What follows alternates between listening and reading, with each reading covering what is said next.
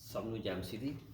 ਜੈ ਮਸੀਹ ਦੀ, ਜੈ ਮਸੀਹ ਦੀ, ਹਾਲੇਲੂਇਆ। ਹਾਂਜੀ ਬ੍ਰਦਰ ਜੀ, ਆਪਾਂ ਬਾਈਬਲ ਜੀ, ਸਟੱਡੀ sorry। ਕਰ ਰਹੇ ਹੈਗੇ ਆ ਤੇ ਵਿਸ਼ਵਾਸੀਆਂ ਦਾ ਆਪਾਂ ਪਿੱਛੇ ਦੇਖ ਲਿਆ, ਰੈਪਚਰ, ਪੁਨਰੁਥਾਨ, ਚੱਕਿਆ ਜਾਣਾ ਚਰਚ ਦਾ। ਹਾਂਜੀ, ਤੇ ਨਵੀਆਂ ਬਾਡੀਆਂ ਮਿਲ ਗਈਆਂ। ਹਾਂਜੀ, ਨਵੇਂ ਸਰੀਰ ਜਿਹੜੇ ਮਿਲਣੇ ਹੈਗੇ ਆ, ਤੇ ਦੁਲਹਨ ਮਤਲਬ ਤਿਆਰ ਹੋਣ ਦਾ ਸਾਰਾ ਕੁਝ। ਪਰ ਉਸ ਤੋਂ ਪਹਿਲਾਂ ਜਦੋਂ ਯਿਸੂ ਮਸੀਹ ਨੇ ਆਉਣਾ, ਬੱਦਲਾਂ ਤੱਕ ਆਪਾਂ ਨੂੰ ਚੱਕਿਆ ਜਾਣਾ, ਉੱਥੇ ਇੱਕ ਵਿਸ਼ਵਾਸੀਆਂ ਦੀ ਜੱਜਮੈਂਟ ਹੋਣੀ ਹੈਗੀ ਆ।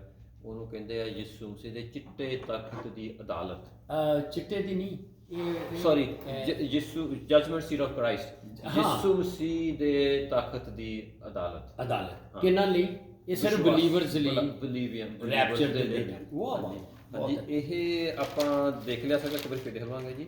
ਇਹ ਕਿੱਥੇ ਹੋਣੀ ਹੈਗੀ ਆ, ਕਦੋਂ ਹੋਣੀ ਹੈਗੀ ਆ, ਕਿਉਂ ਹੋਣੀ ਆ। ਹਾਂਜੀ, ਅੱਛਾ ਤੇ ਇਹਦੇ ਵਿੱਚ ਹਾਂਜੀ ਹਾਲੇਲੂਇਆ। ਇਹਦੇ ਲਈ ਇੱਕ ਆਇਤ ਪੜ੍ਹ ਦਿਓ ਪਹਿਲੇ, ਬਲੀਵਰਸ ਦੀ ਜੱਜਮੈਂਟ ਲਈ ਕੁਛ ਆਇਤਾਂ ਪਹਿਲੇ ਦੇਖੀਏ, ਕਿਉਂਕਿ ਅਕਸਰ ਅਸੀਂ ਕਹਿੰਦੇ ਹਾਂ ਜੀ ਬਲੀਵਰਸ ਦੀ ਤੇ ਜੱਜਮੈਂਟ ਹੋਣੀ। ਠੀਕ ਹੈ। ਹੁਣ ਇਹ ਜਿਹੜਾ ਤੁਸੀਂ ਬੜਾ ਸੋਹਣਾ ਕਿਹਾ ਹੈ ਕਿ ਕੀ ਹੈ ਉਹ ਲਫ਼ਜ਼ ਤੁਸੀਂ ਕਿਹਾ ਕਿ ਕਿਹੜੇ ਅਦਾਲਤ ਦੇ ਵਿੱਚ? ਹਾਂ, ਯਿਸੂ ਮਸੀਹ ਦੇ ਤਖਤ ਦੀ ਅਦਾਲਤ, ਉਹ ਤਖਤ, judgement seat of Christ. Judgement seat of Christ. ਇਹਦੇ ਲਈ ਜਿਹੜਾ ਕਿਉਂਕਿ ਉਹ ਦੋ ਅਦਾਲਤਾਂ ਹੈਗੀਆਂ ਮੈਨੂੰ। ਠੀਕ ਹੈ, ਨਹੀਂ ਬਹੁਤ ਅੱਛਾ। ਇੱਕ ਹੈਗਾ ਆ ਚਿੱਟੇ ਤਖਤ ਦੀ ਅਦਾਲਤ, ਉਹ ਐਂਡ ਤੇ ਹੋਣੀ ਹੈ, ਗੁਨਾਹਗਾਰਾਂ ਲਈ। ਉਹ ਗੁਨਾਹਗਾਰਾਂ ਦੀ ਆ। ਜਿਹੜੀ ਮਸੀਹਾਂ ਜਿਹੜੀ ਅਦਾਲਤ ਹੈਗੀ ਆ, ਉਹ ਯਿਸੂ ਮਸੀਹ ਦੇ ਤਖਤ ਦੀ ਅਦਾਲਤ, ਜੱਜਮੈਂਟ ਸੀਟ ਆਫ ਕ੍ਰਾਈਸਟ। ਸੋ ਇਹਦੇ ਲਈ ਬੇਸ ਬਣਾਉਣ ਲਈ ਦੂਸਰਾ ਕਰੰਥੀਆਂ 5 ਦੀ 10 ਆਇਤ ਪੜ੍ਹੋ, ਔਰ ਫਿਰ ਕੁਝ ਹੋਰ ਆਇਤਾਂ ਜਿਹਦੇ ਸਾਨੂੰ ਇਹ ਪਤਾ ਲੱਗ ਜਾਏ ਕਿ ਬਲੀਵਰਸ ਦੀ ਵੀ ਅਦਾਲਤ ਹੋਣੀ। ਸੋ ਇਹ ਕੁਝ ਥੋੜ੍ਹੇ ਜਿਹੇ ਸਾਡੀ ਬੇਸ ਲਈ ਕੋਈ 2-3 ਆਇਤਾਂ ਮੈਂ ਪੜ੍ਹਾਵਾਂਗਾ, ਸਾਨੂੰ ਪੜ੍ਹਨੀਆਂ ਨੇ ਮੇਰੇ। ਹਾਂਜੀ, ਦੂਜਾ ਕਰੰਥੀਆਂ 5 ਦੀ 10 ਦੇ ਵਿੱਚ ਇਸ ਤਰ੍ਹਾਂ ਲਿਖਿਆ ਹੈ। ਹਾਂਜੀ, ਵਾਹ। ਕਿਉਂ ਜੋ ਅਸਾਂ ਸਭਨਾਂ ਨੇ ਮਸੀਹ ਦੇ ਨਿਆਂ ਦੇ ਸੰਘਾਸਣ ਦੇ ਅੱਗੇ ਪ੍ਰਗਟ ਹੋਣਾ ਹੈ। ਅਸਾਂ ਸਭਨਾਂ ਨੇ, ਅਸਾਂ, ਜਦੋਂ ਪਾਲੂਸ ਅਸਾਂ ਕਹਿੰਦਾ ਹੈ ਬਲੀਵਰਸ ਲਈ ਕਹਿ ਰਿਹਾ। ਵਾਹ। ਹਾਂਜੀ, ਕਿ ਹਰੇਕ ਜੋ ਕੁਝ ਉਹਦੇ ਦੇਹੀ ਵਿੱਚ ਕੀਤਾ, ਭਾਵੇਂ ਭਲਾ ਭਾਵੇਂ ਬੁਰਾ, ਆਪੋ ਆਪਣੀਆਂ ਕਰਨੀਆਂ ਦੇ ਅਨੁਸਾਰ ਉਸ ਦਾ ਫਲ ਭੋਗੇ। ਹਾਂਜੀ, ਜੋ ਅਸੀਂ ਹੁਣ ਕਰ ਰਹੇ ਹੈਗੇ ਆ, ਮਸੀਹੀ ਹੁੰਦੇ ਹੋਏ ਉਹਦਾ ਨਿਆਂ ਕਰੇਗਾ, ਉਹਦਾ ਸਾਡੇ ਕੰਮਾਂ ਦੇ। ਠੀਕ ਹੈ, ਅੱਛਾ। ਅੱਗੇ ਫਿਰ ਤੁਸੀਂ ਰੋਮੀਓ 14 ਦੀ 12 ਦੇਖ ਲਓ, ਕਿਉਂਕਿ ਇਹ ਸਾਨੂੰ ਪਤਾ ਹੋਣਾ ਚਾਹੀਦਾ ਕਿ ਕਲਾਮ ਇਹ ਦੱਸ ਰਿਹਾ ਬਲੀਵਰਸ ਤੁਹਾਡੀ ਵੀ ਜੱਜਮੈਂਟ ਹੋਣੀ ਹੈ। ਹਾਂ, ਔਰ ਹੁਣੇ ਤੋਂ ਤਿਆਰੀ ਕਰਨੀ ਹੈ। ਹਾਂਜੀ, ਔਰ ਇਹ ਜੱਜਮੈਂਟ ਨਰਕਾਂ ਵਾਲਿਆਂ ਨਰਕ ਜਾਣਾ, ਇਹ ਸਿਰਫ ਸਾਡੇ ਕੰਮਾਂ ਦੀ, ਸਿਰਫ ਤੇ ਸਿਰਫ ਕੰਮਾਂ ਦੀ। ਅਸੀਂ ਆਲਰੇਡੀ ਬਚਾਏ ਗਏ ਆ, ਤੇ ਔਰ ਇਹਨਾਂ ਦੇ ਨਾਲ ਹੀ ਸਾਡੇ ਡਰੈਸ ਬਣਨੇ ਨੇ। ਹਾਂਜੀ, ਇਹਨਾਂ ਦੇ ਨਾਲ ਹੀ ਡਰੈਸ ਬਣਨੇ ਹੈਗੇ ਉਹਨਾਂ ਦੇ ਮੁਤਾਬਕ। ਹਾਂਜੀ ਜੀ। ਤੇ ਰੋਮੀਆਂ 14 ਦੀ 12 ਦੇ ਵਿੱਚ ਇਸ ਤਰ੍ਹਾਂ ਲਿਖਿਆ ਹੈ ਜੀ। ਸੋ ਸਾਡੇ ਵਿੱਚੋਂ ਹਰੇਕ ਨੇ ਪਰਮੇਸ਼ਰ ਨੂੰ ਆਪੋ ਆਪਣਾ ਲੇਖਾ ਦੇਣਾ ਹੈ। ਹਾਂਜੀ ਹਾਂਜੀ, ਸਾਡੇ ਵਿੱਚੋਂ ਹਰ ਇੱਕ ਨੇ, ਯਾਨੀ ਬਲੀਵਰਸ ਨੇ। ਹਾਂ, ਚੇਲਿਆਂ ਦੇ ਕਰਤੱਵ। ਇਹ 14 ਦੀ 10 ਦੇ ਵਿੱਚ ਵੀ ਕੁਝ ਹੈਗਾ ਜੀ। ਜੀ ਪੜ੍ਹ ਲਓ। ਰੋਮੀਆਂ 14 ਦੀ 10 ਦੇ ਵਿੱਚ ਕੀ ਲਿਖਿਆ ਹੈਗਾ? ਹਾਂਜੀ, ਪ੍ਰਭੂ ਤੂੰ ਆਪਣੇ ਭਰਾ ਉੱਤੇ ਆਪਣੇ ਕਾਹਨੂੰ ਦੋਸ਼ ਲਾਉਂਦਾ ਹੈ, ਅਥਵਾ ਫਿਰ ਤੂੰ ਆਪਣੇ ਭਰਾਵਾਂ ਨੂੰ ਕਿਉਂ ਤੁਛ ਜਾਣਦਾ ਹੈ? ਕਿਉਂ ਜੋ ਅਸੀਂ ਸਭੇ ਪ੍ਰਭੂ ਪਰਮੇਸ਼ਵਰ ਦੇ ਨਿਆਂ ਦੇ ਸੰਘਾਸਣ ਦੇ ਅੱਗੇ ਖੜੇ ਹੋਵਾਂਗੇ। ਬਹੁਤ ਅੱਛਾ। ਹਾਂਜੀ, ਹੋਵਾਂਗੇ। ਹਾਂ, ਕਨਫਰਮ ਹੋ ਰਿਹਾ ਨਾ ਜੀ। ਹਾਂ, ਉਸਦੇ ਆਪਣੇ ਇੱਕ ਦੂਸਰੇ ਨੂੰ ਦੋਸ਼ ਨਾ ਲਾਓ, ਕਿਉਂਕਿ ਅਸੀਂ ਪਰਮੇਸ਼ਵਰ ਦੇ ਨਿਆਂ ਦੇ ਸੰਘਾਸਣ ਦੇ ਅੱਗੇ ਖੜੇ ਹੋਵਾਂਗੇ। 1 ਪੀਟਰ ਚੈਪਟਰ 4 ਵਰਸ 17, ਪਹਿਲਾ ਪਤਰਸ ਉਹਦੀ 4 ਦੀ 17। ਹਾਂਜੀ, ਪਹਿਲਾ ਪਤਰਸ ਦੀ ਪਹਿਲੀ ਪੱਤਰੀ ਉਹਦੀ 4 ਦੀ 17 ਚ। ਹਾਂ, ਪਤਰਸ ਦੀ ਪਹਿਲੀ ਪੱਤਰੀ ਉਹਦੀ ਚੌਥੇ ਦੀ ਇੱਧਰ 17। ਹਾਂਜੀ। ਦੇਖੋ ਜੀ, ਇਹ ਵਰਸਿਸ ਦੱਸ ਰਹੀਆਂ ਨੇ, ਇਸ ਲਈ ਇਹ ਥੋੜਾ ਜਿਹਾ ਬੇਸ ਬਣਾ ਰਹੇ ਆ ਜੀ, ਪਲੀਜ਼। ਹਾਂ, ਕਿਉਂ? ਹਾਂਜੀ, ਪਹਿਲਾ ਪਤਰਸ 4 ਦੀ 17 ਦੇ ਵਿੱਚ ਲਿਖਿਆ ਹੈ, ਕਿਉਂ ਜੋ ਸਮਾਂ ਆ ਚੁੱਕਿਆ ਕਿ ਪਰਮੇਸ਼ਰ ਦੇ ਘਰੋਂ ਨਿਆਂ ਸ਼ੁਰੂ ਹੋਵੇ। ਅਸੀਂ ਪਰਮੇਸ਼ਰ ਦੇ ਘਰ ਦੇ ਵਿੱਚ ਹਾਂ, ਅਸੀਂ ਉਹਦੇ ਫੈਮਿਲੀ ਦੇ ਮੈਂਬਰ ਹਾਂ। ਹਾਂਜੀ, ਖਾਨਦਾਨ ਦੇ ਲੋਕ ਹਾਂ। ਸ਼ੁਰੂ ਹੋਵੇ, ਅਤੇ ਜੇ ਉਹ ਪਹਿਲਾਂ ਸਾਥੋਂ ਸ਼ੁਰੂ ਹੋਵੇ ਤਾਂ ਸਾਥੋਂ ਸ਼ੁਰੂ ਹੋਵੇ ਕਹਿ ਰਿਹਾ, ਸਾਥੋਂ ਸ਼ੁਰੂ ਹੋਵੇ ਤਾਂ ਉਸ ਦਾ ਅੰਤ ਕੀ ਹੋਵੇਗਾ ਜਿਹੜਾ ਪਰਮੇਸ਼ਰ ਦੀ ਖੁਸ਼ਖਬਰੀ ਨੂੰ ਨਹੀਂ ਮੰਨਦਾ। ਜਦੋਂ ਨਿਆਂ ਜਾਂ ਅਦਾਲਤ ਹੀ ਪਰਮੇਸ਼ਵਰ ਦੇ ਘਰੋਂ ਸ਼ੁਰੂ ਹੋਏਗੀ ਤੇ ਬੇਦੀਨ ਦਾ ਕੀ ਟਿਕਾਣਾ। ਇੱਕ ਵਰਸ ਹੋਰ ਪੜ੍ਹ ਦਿਓ ਬਾਈ ਜੀ ਤਾਂ ਕਿ ਸਾਨੂੰ ਪੂਰੀ ਕਨਫਰਮ ਹੋ ਜਾਏ। ਚੇਲਿਆਂ ਦੇ ਕਰਤੱਵ ਉਹਦੀ 24 ਦੀ 15, एक्ट्स चैप्टर 24 वर्स 15, अमाल रसूलों के अमाल 24 बाब और उसकी 15 है। ਠੀਕ ਹੈ ਜੀ। ਰਸੂਲਾਂ ਦੇ ਕਰਤੱਵ 24 ਦੀ 15 ਦੇ ਵਿੱਚ ਇਸ ਤਰ੍ਹਾਂ ਲਿਖਿਆ ਹੈ जी।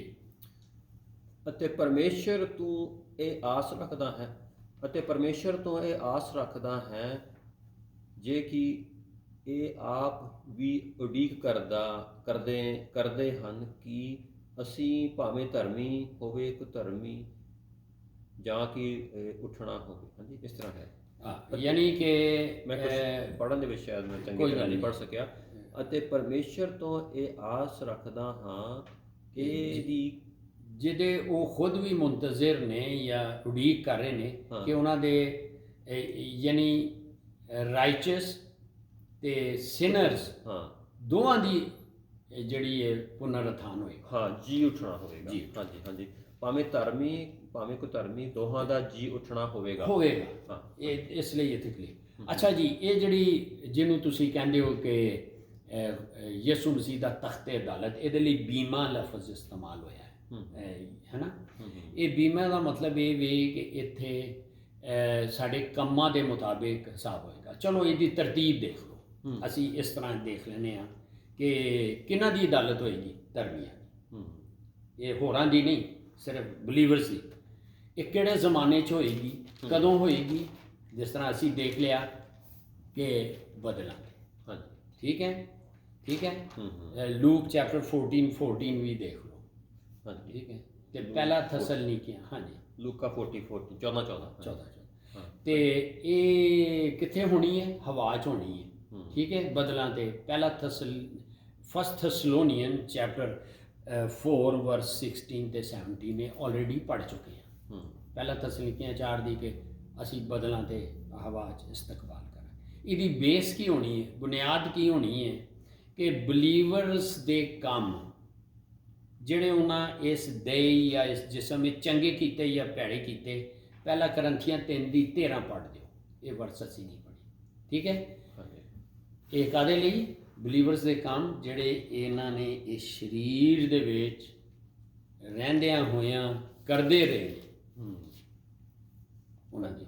ਹਾਂਜੀ, ਪਹਿਲਾ ਕਰੰਥੀਆਂ 3 ਦੀ 13 ਦੇ ਵਿੱਚ ਇਸ ਤਰ੍ਹਾਂ ਲਿਖਿਆ ਹੈ, ਤਾਂ ਹਰੇਕ ਦਾ ਕੰਮ ਪ੍ਰਗਟ ਹੋਵੇਗਾ ਕਿਉਂ ਜੋ ਉਹ ਦਿਨ ਉਸ ਨੂੰ ਉਘਾੜ ਦੇਵੇਗਾ। ਇਸ ਲਈ ਜੋ ਉਸ ਅੱਗ ਨਾਲ ਪ੍ਰਕਾਸ਼ ਹੁੰਦਾ ਹੈ ਅਤੇ ਅੱਗ ਆਪ ਹਰੇਕ ਦਾ ਕੰਮ ਪਰਖ ਦੇਵੇਗੀ ਕਿ ਉਸ ਦੀ ਉਹ ਕਿਸ ਪ੍ਰਕਾਰ ਦਾ ਹੈ।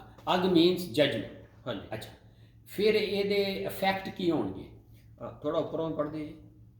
ਹਾਂ ਠੀਕ ਹੈ। ਹਾਂਜੀ ਠੀਕ ਹੈ। ਕਿਉਂ? ਹਾਂਜੀ ਹਾਂ, ਆਪਣੇ 11 ਤੋਂ ਪੜ੍ਹਦੇ। ਹਾਂਜੀ, ਕਿਉਂ ਜੋ ਉਸ ਦੀ ਨੀਂਹ ਤੋਂ ਬਿਨਾਂ ਹੋਰ ਕੋਈ ਨੀਂਹ ਰੱਖੀ ਦੂਜੀ ਰੱਖ ਸਕਦਾ। ਜਦੋਂ ਅਸੀਂ ਯਿਸੂ ਨੂੰ ਕਬੂਲ ਕਰ ਲੈਂਦੇ ਹਾਂ ਸਾਡੀ ਨੀਂਹ ਹੋਵੇ। ਬਿਲਕੁਲ ਜੀ। ਹੁਣ ਇੱਕ ਬਲੀਵਰ ਉੱਤੇ ਰੱਦੇ ਲਾਉਂਦਾ ਹੈ।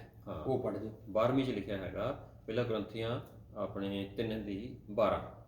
ਹਾਂਜੀ, ਪਰ ਜੋ ਕੋਈ ਉਸ ਨੀਂਹ ਉੱਤੇ ਸੋਨਾ ਚਾਂਦੀ ਬਹੁਮੁੱਲੇ ਪੱਥਰਾਂ ਲੱਕੜਾਂ ਘਾਹ ਤੇ ਭੌਂ ਦੀ ਉਸਾਰੀ ਕਰੇ ਤਾਂ ਹਰੇਕ ਦਾ ਕੰਮ ਪ੍ਰਗਟ ਹੋਵੇਗਾ ਕਿਉਂ ਜੋ ਉਹ ਉਸ ਦੇ ਨੂੰ ਉਘਾੜ ਦੇਵੇਗਾ ਦੇ ਲਈ ਉਸ ਦਾ ਅੱਗ ਨਾਲ ਪ੍ਰਕਾਸ਼ ਹੁੰਦਾ ਹੈ ਅਤੇ ਅੱਗ ਤੇ ਹਰੇਕ ਦੇ ਕੰਮ ਨੂੰ ਪਰਖ ਦੇਵੇਗੀ ਕਿ ਉਸ ਦਾ ਉਹ ਕਿਸ ਤਰ੍ਹਾਂ ਦਾ ਹੈ। ਤੇ 14ਵੀਂ ਪੜ੍ਹਦੀ ਹੈ ਜੀ। ਅਤੇ ਜਿਹੜਾ 15 ਤੱਕ ਪੜ੍ਹ ਦਿਓ। ਠੀਕ ਹੈ ਜੀ। ਆਪਾਂ ਨੂੰ ਕਾਹਲੀ ਨਹੀਂ, ਕੋਈ ਨਾ ਪੜਾਓ ਥੋੜਾ ਅੱਗੇ ਪਿੱਛੇ ਜੀ। ਹਾਂਜੀ, ਇਹ ਬਲੀਵਰਸ ਦੀ ਜਜਮੈਂਟ। ਬਲੀਵਰ ਦੀ ਜਜਮੈਂਟ ਚੰਗੀ ਤਰ੍ਹਾਂ ਪੜ੍ਹਨੀ ਚਾਹੀਦੀ ਆਪਾਂ ਨੂੰ। ਹਾਂਜੀ, ਤੇ ਜੇ ਵਿਸ਼ਵਾਸੀਆਂ ਦੇ ਲਈ ਹੈ ਨਾ ਜੀ, ਜੇ ਇਸ ਦਾ ਕੰਮ ਜਿਹੜਾ ਉਸਨੇ ਬਣਾਇਆ ਸੀ ਟਿਕਿਆ ਰਹੇਗਾ। ਹਾਂਜੀ, ਪਰਖ ਹੋਣੀ ਹੈ ਸਾਡੇ ਕੰਮ ਦੀ। ਜੇ ਉਹ ਟਿਕਿਆ ਰਹੇਗਾ ਤਾਂ ਉਸ ਦਾ ਬਦਲਾ ਮਿਲੇਗਾ, ਅਜਰ ਮਿਲੇਗਾ, ਰਿਵਾਰਡ। ਹਾਂਜੀ, ਜੇ ਇਸ ਦਾ ਕੰਮ ਸੜ ਗਿਆ, ਹਾਂਜੀ, ਅੱਗ ਦੇ ਵਿੱਚੋਂ ਦੀ ਹੈ ਨਾ, ਜੇ ਘਾਹ ਫੂਸ ਵੀ ਦੇਖਿਆ ਸੀ ਨਾ, ਘਾਹ ਪੋਂ ਪੱਥਰ ਵਿੱਚ ਉਸੇ ਲੱਕੜੀ ਹਾਂ ਹਾਂਜੀ, ਜੇ ਲੱਕੜ ਹੋਈ ਤਾਂ ਅੱਗ ਨੇ ਹੋਰ ਤੇਜ਼ ਹੋ ਜਾਣਾ ਹਨਾ। ਤੇ ਜੇ ਉਸ ਦਾ ਕੰਮ ਸੜ ਜਾਵੇ ਤਾਂ ਉਸ ਦੀ ਹਾਨੀ ਹੋਵੇਗੀ, ਪਰੰਤੂ ਉਹ ਆਪ ਤਾਂ ਬਚ ਜਾਵੇਗਾ ਪਰ ਸੜਦਿਆਂ ਸੜਦਿਆਂ। ਸੋ ਇਸ ਨਿਆਂ ਦੇ ਵਿੱਚ ਕੁਆਲੀਫਾਈ ਕਰਨਗੇ, ਲੇਕਿਨ ਉੱਥੇ ਵੀ ਗ੍ਰੇਡਿੰਗ ਹੈ। ਗ੍ਰੇਡਿੰਗ ਇਹ ਹੋ ਜਾਣੀ ਹੈ ਕਿ ਕਈਆਂ ਨੇ ਜਿਹੜੇ ਕੰਮ ਕੀਤੇ ਹੋਣਗੇ ਹੈ ਨਾ, ਉਹ ਅੱਗੇ ਬਲੀਵਰਸ ਦੀ ਜੱਜਮੈਂਟ ਵਿੱਚ ਮਜ਼ੀਦ ਦੇਖਾਂਗੇ। ਸੋ ਫਿਲਹਾਲ ਇਹ ਅਸੀਂ ਦੇਖਿਆ ਕਿ ਇਹ ਕੀ ਹੈਗਾ। ਅੱਛਾ, ਇੱਕ ਚੀਜ਼ ਹੋ ਸੜਦਿਆਂ ਸੜਦਿਆਂ ਮਤਲਬ ਥੋੜਾ ਸੇਕ ਲੱਗੂਗਾ। ਸੇਕ ਇਹ ਹੈ ਕਿ ਰਿਵਾਰਡ ਦਾ ਮਿਲਣਾ, ਅਜਰ ਦਾ ਮਿਲਣਾ ਜਾਂ ਖੋ ਦੇਣਾ, ਉਹ ਤਾਜ ਤੇ ਮਿਲਣਗੇ ਨਾ। ਹੁਣ ਇਹ ਚੰਗਾ ਲੱਗੇਗਾ ਕਿ ਇਹ ਜਿਹੜੇ ਹੀਰੇ ਜਵਾਹਰਾਤ ਤਾਜ ਦੇ ਨਾ ਹੋਣ ਤੇ ਇਹ ਹੀ ਅਸਾਂ ਯਿਸੂ ਦੇ ਚਰਨਾਂ 'ਚ ਰੱਖੀਏ, ਉਦੋਂ ਸ਼ਰਮਿੰਦਗੀ ਹੋਏਗੀ ਤੇ ਭਈ ਪਹਿਲਾਂ ਥੋੜੀ ਜਿਹੀ ਮਿਹਨਤ ਕਰਨੀ। ਅੱਛਾ ਜੀ, ਅੱਛਾ ਵੈਸੇ ਬ੍ਰਜ ਜੀ ਹਾਂਜੀ, ਇਹ ਬਲੀਵਰਸ ਜਿਹੜੇ ਨੇ ਨਾ ਇਹ ਰੋਜ਼ ਆਪਣੀ ਅਦਾਲਤ ਖੁਦ ਵੀ ਕਰਦੇ ਨੇ ਤਾਂ ਕਿ ਇਸ ਅਦਾਲਤ ਵਿੱਚ ਅਸੀਂ ਕੁਆਲੀਫਾਈ ਕਰੀਏ। ਯਾਨੀ ਆਪਣੀ ਕਰਦੇ ਨੇ ਜਿਸ ਤਰੀਕੇ ਨਾਲ ਤੁਸੀਂ ਕੱਢ ਲਓ ਪਹਿਲਾ ਕਰੰਥੀਆਂ 11:38। ਹਾਂਜੀ, ਨਹੀਂ ਆਪਣੀ ਅਦਾਲਤ ਕਰਨੀ ਚਾਹੀਦੀ ਹੈ। ਇਹ ਡੇਲੀ ਅਸੀਂ ਵੈਸੇ ਕਰਨੀ ਚਾਹੀਦੀ ਹੈ, ਇਹ ਚੂँकि ਉਦੋਂ ਤਾਂ ਹੋਣੀ ਹੈ, ਲੇਕਿਨ ਇਹ ਥੋੜ੍ਹਾ ਜਿਹਾ ਇਹ ਵੀ ਦੇਖ ਲਓ। ਨੰਬਰ 1 ਕੀ ਹੈ ਕਿ ਕਿਹਨਾਂ ਦੀ ਅਦਾਲਤ ਹੁੰਦੀ ਹੈ? ਹਰ ਬਲੀਵਰ ਆਪਣੀ ਅਦਾਲਤ ਰੋਜ਼ ਕਰਦਾ ਹੈ। ਪਹਿਲਾ ਕਰੰਥੀਆਂ 11:28 ਤੇ ਜ਼ਬੂਰ ਸਾਮਜ਼ 26:1-2। ਸੋ ਫਸਟ ਕਰੰਥੀਅੰਸ ਚੈਪਟਰ 11 ਵਰਸ 28 ਠੀਕ ਹੈ, ਐਂਡ ਪੜ੍ਹ ਦਈਏ ਜੀ ਸਾਮਜ਼ 26:1-2 ਵਰਸਸ। ਹਾਂ, ਇਹ ਬਲੀਵਰਸ ਰੋਜ਼ ਕਰਨੀ ਚਾਹੀਦੀ ਹੈ, ਅਗਰ ਨਹੀਂ ਕਰਦੇ ਤੇ ਕਰਨੀ ਚਾਹੀਦੀ ਹੈ। ਆਪਾਂ ਨੂੰ ਸਿੱਖਣਾ ਚਾਹੀਦਾ। ਤੇ ਇਸ ਵਿੱਚ ਕੀ ਲਿਖਿਆ ਹੈਗਾ? ਪਹਿਲਾ ਕਰੰਥੀਆਂ 11:28 ਦੇ ਵਿੱਚ ਇਸ ਤਰ੍ਹਾਂ ਲਿਖਿਆ ਹੈ ਜੀ, ਪਰ ਮਨੁੱਖ ਆਪਣੇ ਆਪ ਨੂੰ ਪਰਖੇ ਅਤੇ ਇਉਂ ਇਸ ਰੋਟੀ ਵਿੱਚੋਂ ਖਾਵੇ ਅਤੇ ਪਿਆਲੇ ਵਿੱਚੋਂ ਪੀਵੇ। ਇਹ ਆਪਾਂ ਪ੍ਰਭੂ ਭੋਜ ਦੀ ਗੱਲ ਕਰ ਰਹੇ ਹੈਗੇ ਆ, ਹੋਲੀ ਕਮਿਊਨਿਨ ਦੀ ਗੱਲ ਕਰ ਰਹੇ ਹੈਗਾ। ਹਰ ਇੱਕ ਆਪਣੇ ਆਪ ਨੂੰ ਪਰਖੇ। ਹਾਂਜੀ, ਤੇ ਥੋੜਾ ਹੋਰ ਪੜ੍ਹ ਦਿੰਦੇ ਹਾਂ। ਕੋਈ ਆਇਤ ਫੇਰ ਵੀ ਤੁਸੀਂ ਕੋਈ ਆਇਤ ਨਹੀਂ ਥੋੜਾ ਬਿਲਕੁਲ ਠੀਕ ਹੈ। ਹਾਂਜੀ, ਆਪਾਂ ਫੇਰ 29 ਦੇ ਵਿੱਚ ਲਿਖਿਆ ਹੈਗਾ, ਜਿਹੜਾ ਖਾਂਦਾ ਅਤੇ ਪੀਂਦਾ ਅਤੇ ਉਹ ਸਰੀਰ ਨੂੰ ਜਾਂਚ ਨਾ ਕਰੇ ਤਾਂ ਉਹ ਆਪਣੇ ਉੱਤੇ ਡੰਨ ਲਾ ਕੇ ਖਾਂਦਾ ਪੀਂਦਾ ਹੈ। ਠੀਕ। ਹਾਂਜੀ, ਇਸੇ ਕਾਰਨ ਬਹੁਤੇ ਤੁਹਾਡੇ ਵਿੱਚੋਂ ਨਿਤਾਣੇ ਅਤੇ ਰੋਗੀ ਹਨ ਅਤੇ ਕਿਉਂ ਜੋ ਸੁੱਤੇ ਪਏ ਹਨ। ਹਾਂਜੀ, ਕੁਝ ਕੁ ਸੁੱਤੇ ਪਏ ਹਨ, ਕੁਝ ਕੁ ਮਤਲਬ ਮਰ ਵੀ ਗਏ ਹੈਗੇ ਆ। ਆਪਣੇ ਆਪ ਜਦੋਂ ਲੈਂਦੇ ਹੈਗੇ ਆ ਪ੍ਰਭੂ ਭੋਜ, ਉਹ ਆਪਣੇ ਆਪ ਦੀ ਪਰਖ ਕਰਕੇ ਰੱਬ ਦੇ ਅੱਗੇ ਮਾਫੀ ਨਹੀਂ ਮੰਗਦੇ ਔਰ ਦੂਸਰਿਆਂ ਨੂੰ ਮਾਫ ਨਹੀਂ ਕਰਦੇ, ਕਿਉਂਕਿ ਰੱਬ ਕਹਿੰਦਾ ਤੁਹਾਡੇ ਪਾਪ ਉਦੋਂ ਹੀ ਮਾਫ ਹੋਣੇ, ਉਦਾਂ ਹੀ ਹੋਣੇ ਜਦੋਂ ਤੁਸੀਂ ਦੂਸਰਿਆਂ ਨੂੰ ਮਾਫ ਕਰਦੇ ਹੈਗੇ ਆ। ਹਾਂਜੀ, ਇਸ ਤਰ੍ਹਾਂ ਨਹੀਂ ਹੈਗਾ ਦੂਸਰਿਆਂ ਨੂੰ ਮਾਫ ਕਰੀ ਜਾਈਏ ਤੇ ਅਸੀਂ ਆਪਣੇ ਆਪ ਨੂੰ ਕਹੀਏ ਮੈਨੂੰ ਮਾਫ ਕਰ ਦੇ ਰੱਬਾ, ਤੇ ਫਿਰ ਨਾ ਕਰੀਏ ਤੇ ਆਪਣੇ ਆਪ ਨੂੰ ਕਹੀਏ ਮਾਫ ਕਰ। ਹਾਂਜੀ, ਤੇ ਪ੍ਰਭੂ ਭੋਜ ਵਿੱਚ ਆ ਜਾਈਏ ਤਾਂ ਫਿਰ ਅਸੀਂ ਆਪਣੇ ਆਪ ਨੂੰ ਇੱਥੇ ਕਰਨਾ ਚਾਹੀਏ ਇਹ ਰੋਜ਼। ਅੱਛਾ, ਅੱਗੇ ਇਹ ਵੇ ਕਿ ਕਦੋਂ ਕਰਨੀ ਚਾਹੀਦੀ ਹੈ? ਇਹ ਨਹੀਂ ਕਿ ਖਾਲੀ ਹੋਲੀ ਕਮਿਊਨਿਨ ਲੈਂਦੇ ਵਾਲੇ, ਬਲਕਿ ਹਰ ਵੇਲੇ ਜਦੋਂ ਅਸੀਂ ਪਿਤਾ ਪਰਮੇਸ਼ਵਰ ਪ੍ਰਭੂ ਯਿਸੂ ਤੇ ਪਵਿੱਤਰ ਆਤਮਾ ਨਾਲ ਸੰਗਤੀ ਕਰਨੇ ਆ ਤੇ ਉਦੋਂ ਵੀ ਉਹਦੇ ਨਾਲ ਸੰਗਤੀ ਜਾਂ ਫੈਲੋਸ਼ਿਪ ਕਰਨੇ ਆ। ਹਾਲੇ ਮੈਂ ਹੋਰ ਪੜ੍ਹਨਾ ਸਕਦਾ ਜੀ, ਸੌਰੀ। ਹਾਂਜੀ, ਅੱਗੇ ਲਿਖਿਆ ਹੈਗਾ, ਪਰ ਜੇ ਅਸੀਂ ਆਪਣੇ ਆਪ ਨੂੰ ਜਾਂਚਦੇ ਤਾਂ ਜਾਂਚੇ ਨਾ ਜਾਵਾਂਗੇ। ਕਿਹੜੀ? ਇਹਦੇ ਵਿੱਚ ਜਿਹੜਾ ਯਿਸੂ। ਹਾਂ, ਹਾਲੇਲੂਇਆ, ਪ੍ਰੇਜ਼ ਦਾ ਨਾਮ। ਹਾਂਜੀ, ਪਰ ਜਾਂਚੇ ਜਾਂਦੇ ਹਾਂ ਤਾਂ ਪ੍ਰਭੂ ਤੋਂ ਤਾੜੇ ਜਾਂਦੇ ਹਾਂ। ਹਾਂਜੀ, ਤਾਂ ਜੋ ਅਸੀਂ ਸਰੀਰ ਨਾਲ ਦੋਸ਼ੀ ਨਾ ਠਹਿਰਾਏ ਜਾਵਾਂਗੇ। ਠੀਕ ਹੈ। ਅੱਛਾ, ਇਹ ਦਾਊਦ ਨੇ ਵੀ ਕਿਹਾ ਕਿ ਮੇਰੇ ਵਿੱਚ ਵੇਖ ਕੋਈ ਇਹੋ ਜਿਹੀ ਗੱਲ ਤੇ ਨਹੀਂ। ਇਹ ਜਿਹੜਾ ਲਿਖਾਇਆ ਸੀ ਨਾ ਸਾਮਜ਼ 26:2। ਅੱਛਾ, ਫਿਰ ਹੁਣ ਇਹਦੀ ਬੁਨਿਆਦ ਕੀ ਹੈ? ਇਹ ਸਨਸ਼ਿਪ ਹੈ, ਫਰਜ਼ੰਦੀਅਤ ਦੀ ਇੱਕ ਗੱਲ ਹੋ ਰਹੀ ਹੈ। ਦੇਖੋ ਨਾ, ਜਿਹਨੂੰ ਪੁੱਤਰ ਬਣਾਉਂਦਾ ਉਹਨੂੰ ਕੋਲੇ ਵੀ ਲਾਉਂਦਾ ਹੈ। ਸੋ ਇਹ ਜਿਹੜਾ ਨਾ ਹਿਬਰੂ 12:6 ਤੇ 7 ਆਇਤ ਦੇ ਵਿੱਚ ਇਹ ਇਸ ਲਈ ਇਹਦੀ ਕਿਉਂ ਸਾਨੂੰ ਕਰਨੀ ਚਾਹੀਦੀ ਹੈ?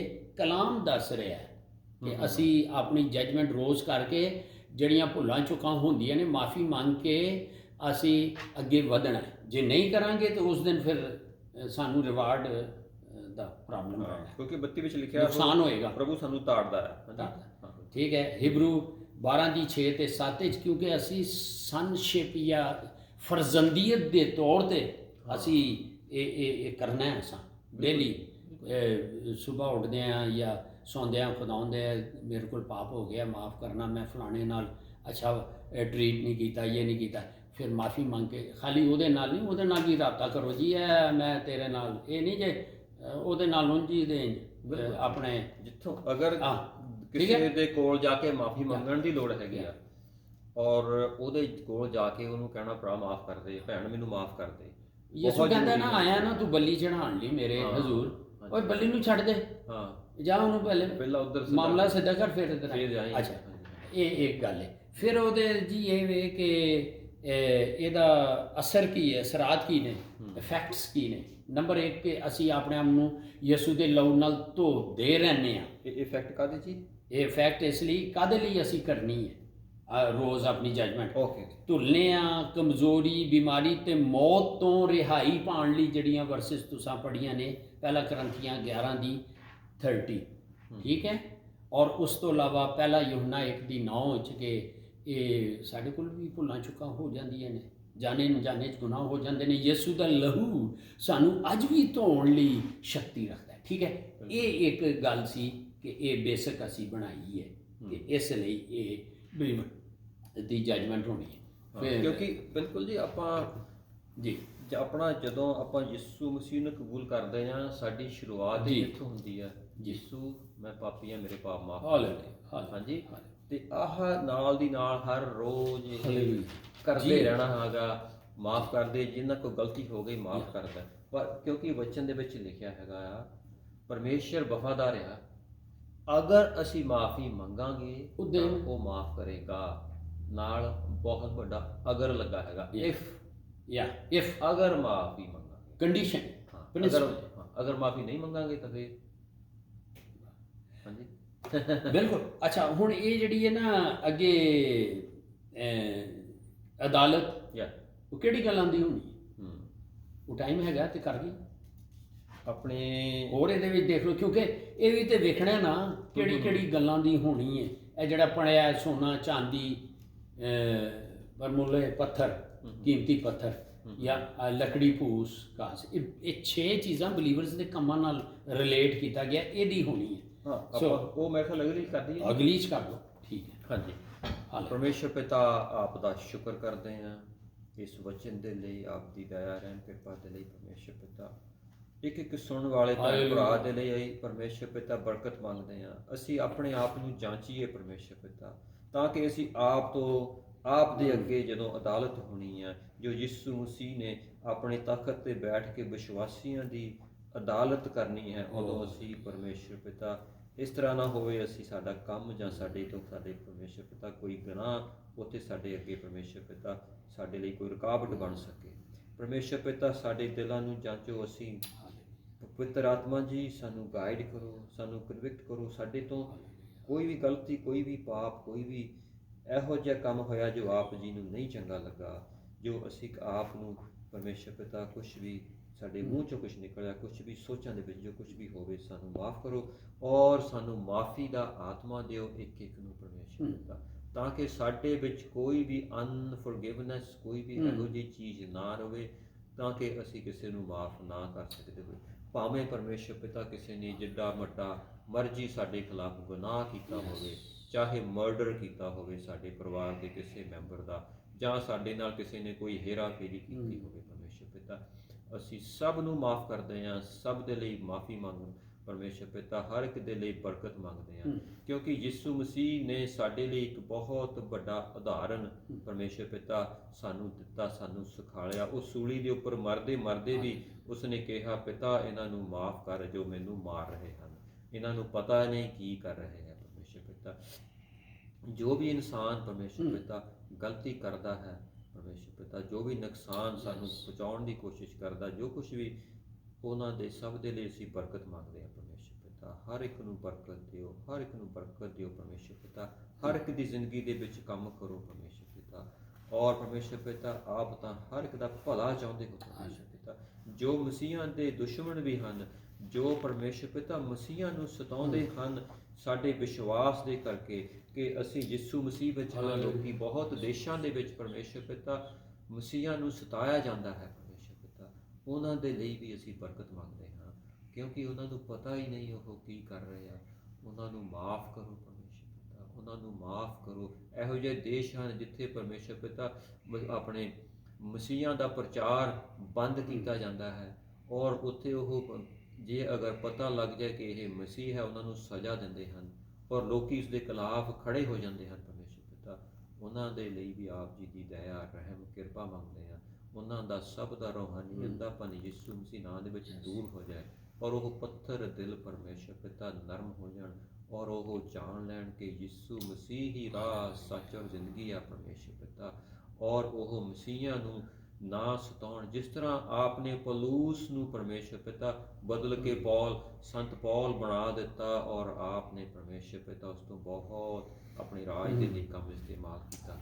ਇਸੇ ਤਰ੍ਹਾਂ ਉਹ ਜੋ ਪਰਮੇਸ਼ਰ ਪਿਤਾ ਮਸੀਹਾਂ ਨੂੰ ਸਤਾਉਂਦੇ ਹਨ, ਮਸੀਹੀ ਪ੍ਰਚਾਰ ਦੇ ਵਿੱਚ ਰੁਕਾਵਟਾਂ ਬਣਦੇ ਹਨ, ਉਹ ਵੀ ਪਰਮੇਸ਼ਰ ਪਿਤਾ ਉਹਨਾਂ ਦੇ ਨਾਲ ਗੱਲਬਾਤ ਕਰੋ, ਉਹਨਾਂ ਨੂੰ ਬਦਲੋ, ਔਰ ਉਹ ਜਾਣ ਲੈਣ ਪਰਮੇਸ਼ਰ ਪਿਤਾ। ਉਹ ਆਪਣੀ ਸ਼ਾਂਤੀ ਦੇ ਨਾਲ ਭਰ ਦਿਓ, ਉਹਨਾਂ ਨਾਲ ਪਰਮੇਸ਼ਰ ਪਿਤਾ ਗੱਲਬਾਤ ਕਰੋ, ਔਰ ਉਹਨਾਂ ਨੂੰ ਆਪਣੇ ਰਾਜ ਦੇ ਲਈ ਇਸਤੇਮਾਲ ਕਰੋ। ਲੋਕੀ ਹੈਰਾਨ ਹੋ ਜਾਣ ਕਿ ਇਹ ਉਹੀ ਇਨਸਾਨ ਹੈ ਜੋ ਮਸੀਹਾਂ ਨੂੰ ਸਤਾਉਂਦਾ ਸੀ, ਅੱਜ ਯਿਸੂ ਮਸੀਹ ਦਾ ਪ੍ਰਚਾਰ ਕਰ ਰਿਹਾ, ਜਿਸ ਤਰ੍ਹਾਂ ਆਪਣੇ ਪੌਲੂਸ ਨੂੰ ਇਸਤੇਮਾਲ ਕੀਤਾ। ਇਸ ਤਰ੍ਹਾਂ ਕਰੋ ਪਰਮੇਸ਼ਰ ਪਿਤਾ। ਔਰ ਇਹੋ ਜਿਹੀਆਂ ਗੌਰਮੈਂਟਾਂ ਜੋ ਕਾਨੂੰਨ ਜਿਨ੍ਹਾਂ ਨੇ ਬਣਾਏ ਹੋਏ ਹਨ ਮਸੀਹੀ ਪ੍ਰਚਾਰ, ਇਹੋ ਜਿਹੇ ਦੇਸ਼ ਜਿੱਥੇ ਮਸੀਹੀ ਪ੍ਰਚਾਰ ਬੰਦ ਹੈ ਕੀਤਾ ਹੋਇਆ, ਜੋ ਅੰਡਰਗਰਾਊਂਡ ਜੋ ਲੁਕ ਛਿਪ ਕੇ ਮਸੀਹੀ ਮਿਲਦੇ ਹਨ, ਉਹ ਦੇਸ਼ਾਂ ਦੇ ਪਰਮੇਸ਼ਰ ਪਿਤਾ ਕਾਨੂੰਨਾਂ ਨੂੰ ਬਦਲੋ, ਉੱਥੇ ਦੀਆਂ ਗੌਰਮੈਂਟਾਂ ਨੂੰ ਬਦਲੋ ਪਰਮੇਸ਼ਰ ਪਿਤਾ, ਤਾਂ ਕਿ ਇਹੋ ਜਿਹੀਆਂ ਗੌਰਮੈਂਟਾਂ ਆਉਣ ਤਾਂ ਕਿ ਉਹ ਮਸੀਹੀ ਪ੍ਰਚਾਰ ਦੇ ਉੱਪਰ ਸਖਤੀ ਨਾ ਕਰਨ। ਉੱਥੇ ਖੁੱਲ੍ਹੇ ਸ਼ਰੇਆਮ ਚਰਚ ਖੁੱਲ੍ਹ ਜਾਣ ਪਰਮੇਸ਼ਰ ਪਿਤਾ, ਮਸੀਹੀ ਪ੍ਰਚਾਰ ਵੱਧ ਤੋਂ ਵੱਧ ਹੋਵੇ ਉੱਥੇ ਪਰਮੇਸ਼ਰ ਪਿਤਾ। ਲੋਕੀ ਬਚਾਏ ਜਾਣ ਵੱਧ ਤੋਂ ਵੱਧ, ਕਿਉਂਕਿ ਉਹ ਲੋਕ ਵੀ ਆਪ ਦੇ ਹੀ ਬਣਾਏ ਹੋਏ ਹਨ, ਉਹ ਆਪ ਨੇ ਹੀ ਉਹਨਾਂ ਨੂੰ ਬਣਾਇਆ, ਉਹਨਾਂ ਲੋਕਾਂ ਨੂੰ ਪਰਮੇਸ਼ਰ ਪਿਤਾ। ਔਰ ਇਹੋ ਜਿਹੇ ਕਾਨੂੰਨ ਬਣਨ ਪਰਮੇਸ਼ਰ ਪਿਤਾ, ਔਰ ਇਹ ਸਭ ਕੁਝ ਮੰਗਦੇ ਹਾਂ ਆਪ ਦੇ ਇਕਲੌਤੇ ਪੁੱਤਰ ਸਾਡੇ ਮੁਕਤੀਦਾਤਾ ਯਿਸੂ ਮਸੀਹ ਦੇ ਨਾਮ ਦੇ ਵਿੱਚ। ਆਮੀਨ।